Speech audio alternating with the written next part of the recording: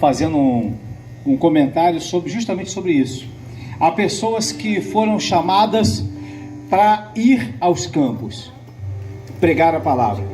Há outras pessoas que foram chamadas para patrocinar aqueles que vão aos campos pregar a palavra. Então, há um lugar no reino para você. Amém? Quantos tomam posse disso? Há um lugar no reino para você. Amém? Há um lugar no reino preparado para você. Há sempre alguma coisa que você possa fazer, que você possa colaborar, que você possa contribuir para o crescimento do reino de Deus. Amém? E com muita alegria no coração, a gente vai ouvir aquilo que Deus tem para falar ao nosso coração hoje, através da vida do Eric, que nós tivemos a grata satisfação, amados, de receber esse jovem aqui na igreja. E como Deus é poderoso, como Deus é maravilhoso, como Deus é grandioso. Uma vez alguém liberou uma palavra sobre a minha vida, e essa palavra eu nunca mais esqueci. Deus, Ele escolhe, né,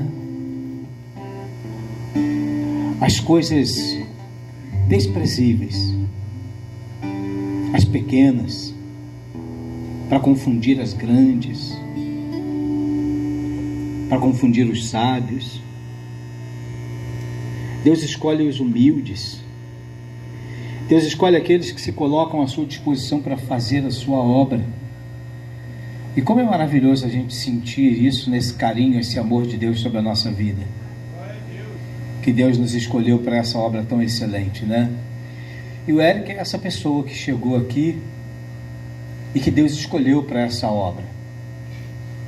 E que eu tenho certeza que grandes coisas, amado, Deus fará através da vida desse servo, através da vida desse homem. Levanta as tuas mãos para cá em nome de Jesus. Meu Deus, muito obrigado, Pai. Muito obrigado, Senhor, porque o Senhor tem nos dado o privilégio, a oportunidade de te servir nesse lugar e te servir com gente nova chegando, com gente nova fazendo, com gente nova se apresentando, com gente que ama o teu reino, que ama a tua palavra, que ama, Senhor, te servir e te adorar. Meu Deus, agora, Pai, que o Senhor nessa hora use o teu filho, fale através da boca dele aquilo que nós precisamos ouvir, Senhor. Não é o que nós queremos, é o que nós precisamos. E a palavra que o Senhor gerou no coração dele durante essa semana, fala ao nosso espírito nessa noite, meu Deus, e que essa palavra venha nessa noite, Senhor, transformar, trazer mudanças, meu Deus, em nosso interior. Nós te agradecemos pela vida do teu servo, te agradecemos pela vida da Isabel. Muito obrigado, Senhor. Seja conosco, nos abençoe, fala ao nosso coração, em nome de Jesus. Amém e amém. Amém, meu amor.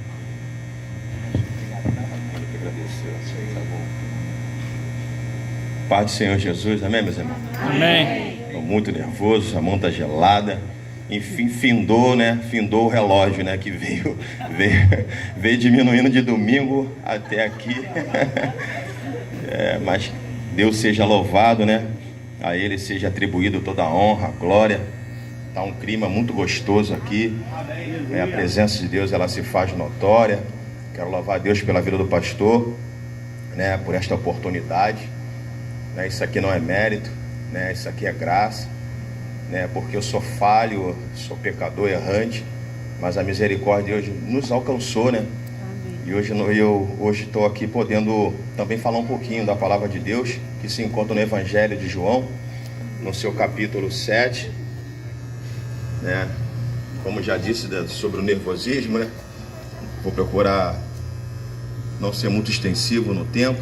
Capítulo 7 e versículo 37 ao 39.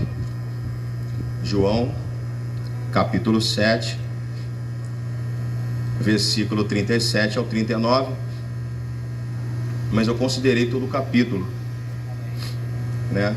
Vou fazer aqui a leitura junto com os irmãos, que diz assim: E no último dia, o grande dia da festa, Jesus se pôs em pé e clamou, dizendo: Se alguém tem sede, que venha a mim e beba.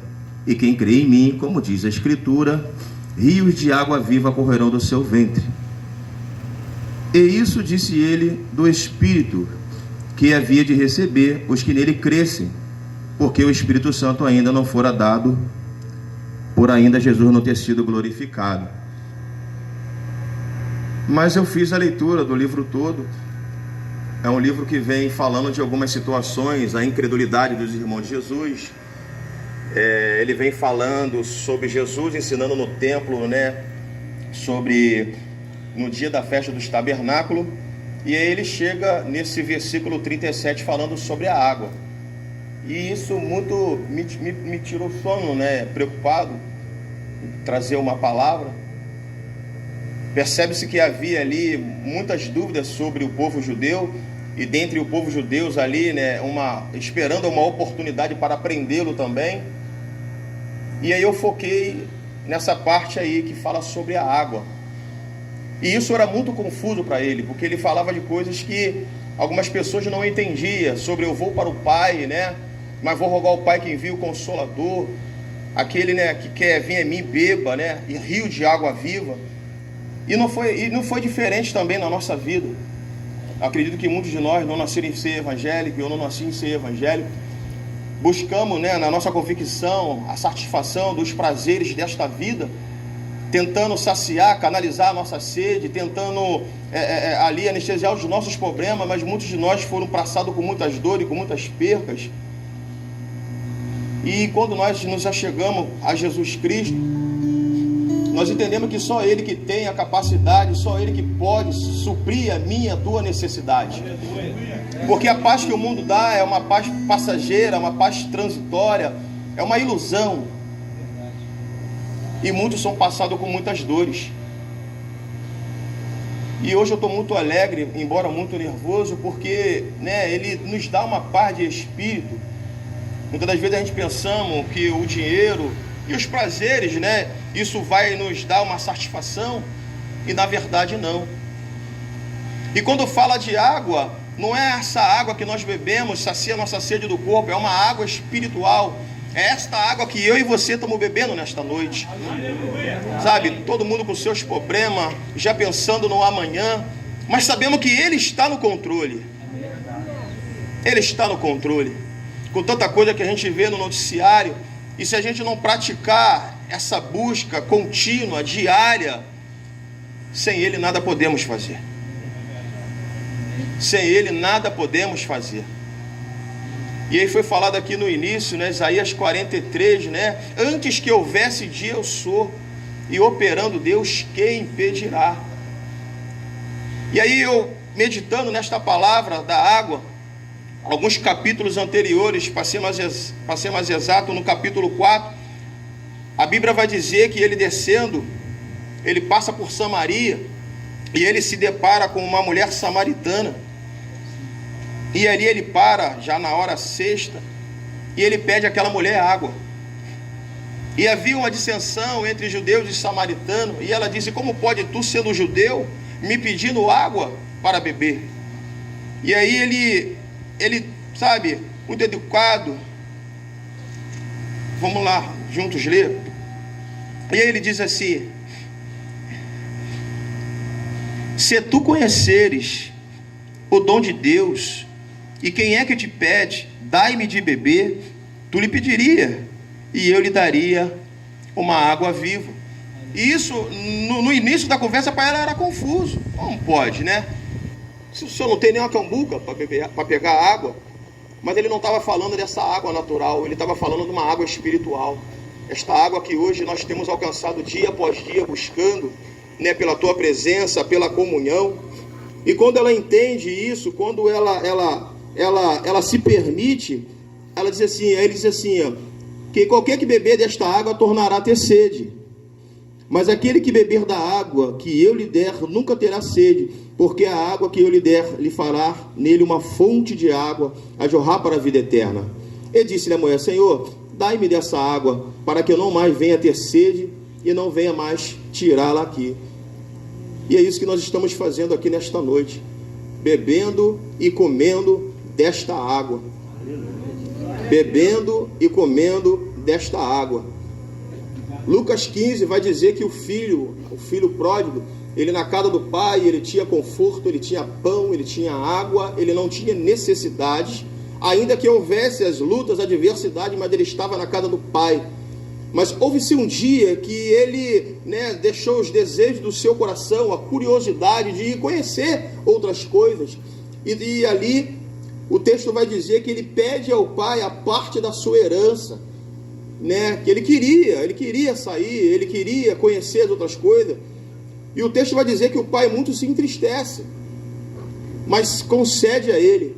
O texto vai dizer que ele ainda passa alguns dias em casa, mas ele vai dar continuidade. Ele dá continuidade naquele desejo, naquela vontade de conhecer. E o pai deu a ele a parte da herança. O texto vai dizer que ele vai embora, e ele vai para uma terra longínqua. E passado ali algum tempo, o texto vai dizer que ele gasta todo o seu dinheiro. E eu estava pensando, associando a água, associando ao tratado, da noite desse dia, gasta todo o seu dinheiro. Mas na verdade ele não gastou só o dinheiro, ele gastou os seus dons. Ele gastou os seus dons, porque o mundo faz isso conosco quando nós saímos da presença de Deus. Ele arranca os nossos dons, ele arranca o nosso amor, ele arranca a nossa paciência, ele nos coloca num senso crítico de julgar o nosso próximo, sabe? Mas o texto também vai dizer que caindo em si. O texto vai dizer que quando ele sente necessidade, o desejo de comer bolota, caindo em si, ele lembra. E a gente lembra disso. Por isso eu quero compartilhar com você nesta noite, porque eu também sou sujeito às mesmas paixões, às mesmas fraquezas, e entendo que eu sou dependente de Deus. Eu entendo que sem Ele eu nada posso fazer. Eu entendo que sem Ele eu nada posso fazer. E com Deus é mais fácil. Sabe, aquilo que a gente tenta pela nossa força, pelo nosso intelecto, com Ele é mais fácil. E o texto diz que caindo em si, pequei contra o céu. Voltarei para a casa do meu pai, se tão somente ele me aceitar, me perdoar ali, eu nem quero mais fazer parte, ali. Eu quero ser como um dos seus trabalhadores. E às vezes quando eu me pego assim olhando, sabe, para a minha vida, me vem uma tristeza tão grande na minha alma, porque o amor de Deus nos constrange. O amor de Deus, ele nos constrange. Me faz olhar para mim e ver o quanto eu sou pequeno. E aí eu lembro do salmista Davi, quando ele, na sua caminhada, na sua experiência, nos seus altos e baixos, em todos os problemas vividos dentro da sua casa, com os seus filhos, e no caminho, no percurso do seu amadurecimento, ele deixa registrado em Salmo de número 103, bendiz a minha alma ao Senhor. E tudo que há em mim, bendiga o seu santo nome. Bendiz a minha alma, Senhor, e nunca se esqueça de nenhum dos seus benefícios. Que eu e você viemos praticar esse momento. Este momento que a gente está ouvindo, esse momento que nós estamos nos esforçando, praticando, não sendo melhores, não de onde estamos, mas para onde nós iremos. E aqui eu encerro dizendo que nós vamos continuar bebendo desta água. Sendo água para outras pessoas, tendo uma palavra de conforto, uma palavra que venha trazer vida. Porque quando você observa neste capítulo, você vê que há muitas dissensões, há muitos conflitos pelas parábolas que Jesus ali compartilhava. E aqui eu findo dizendo que Ele é a água viva. Aleluia. Ele é o pão, é Ele que sacia a minha sede, é Ele que sacia a sua sede. É Ele que nos alimenta os nossos conflitos, a nossa alma, onde agrega todos os nossos sentimentos, todos os nossos traumas, todos os nossos medos. Mas para que o Espírito Santo viesse, Ele tinha que ser glorificado, Ele tinha que ir. Esse Espírito que está conosco esta noite é o Espírito que convence, é o Espírito que se entristece, é o que testifica, é o que me convence, é o que me orienta. É esta pessoa que está conosco nesta noite. Não é o homem. Não, o homem não tem nada para oferecer. Eu não tenho nada para oferecer. Mas é Ele. É Ele que sacia a nossa sede. É Ele que em tempo de adversidade, em tempo de conflito, É Ele que nos dá uma direção de como lidar com uma determinada situação com um filho, alguém da família. E você vê que o mundo não é dessa forma. João 10 vai dizer que o diabo veio matar e roubar e destruir, mas ele veio para que nós venhamos ter vida, mas vida em abundância. E logo vamos entender que prosperidade ela não é riqueza, mas é essa paz que o mundo não pode e nem vai dar, porque isso só Ele pode dar.